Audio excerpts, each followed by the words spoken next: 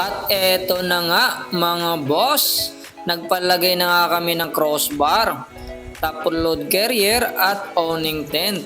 Ayan. Sa mga mahilig mag-camping dyan, kagaya naming mag-asawa, no? Mahilig kami kung tumambay kung saan saan gamit ang aming sasakyan. Ito po ang bagay sa atin. Ayan, ang gamit namin dito ay crossbar. Wala kasi kaming roof rail at kapag pinaglagyan namin ng roof rail, magbubutas pa sa bubong. Kaya crossbar na lang ang aming pinalagay. Maganda rin naman siya kasi nakayakap lang sa sasakyan at may mga goma din siyang kasama para hindi siya nagagasgas. Ayan. Sobrang solid din ng pagkakabit nito mga boss. Ayan, yung brand ng ating top load ay Stingray. At yung ating awning tent naman ay Autorack. Hindi ito yung mga top brand, pero para sa amin ay sulit na ito base sa presyo niya. Ayan, sobrang ganda nito mga boss. Marami silang available doon. May pang sedan, may mga pang 7-seater, 4x4, 4x2, ayan, mga pick-up type, mga off-road, marami sila.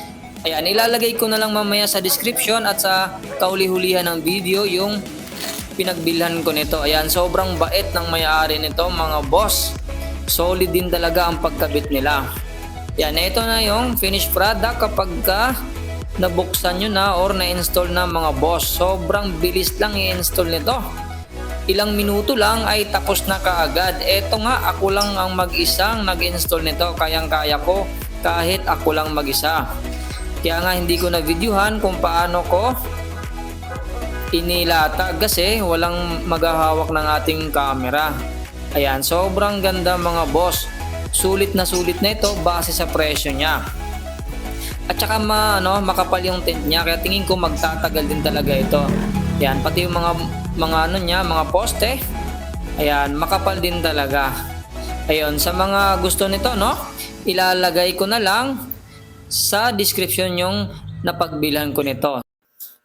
At ito naman ang kanilang Facebook page, JLJ Car Accessories. Ayan, sa Laguna po yan mga boss. Mag-PM na lang kayo at mag-message sa kanya. Ayan, siya na ang bahala sa inyo mga boss. Maraming salamat.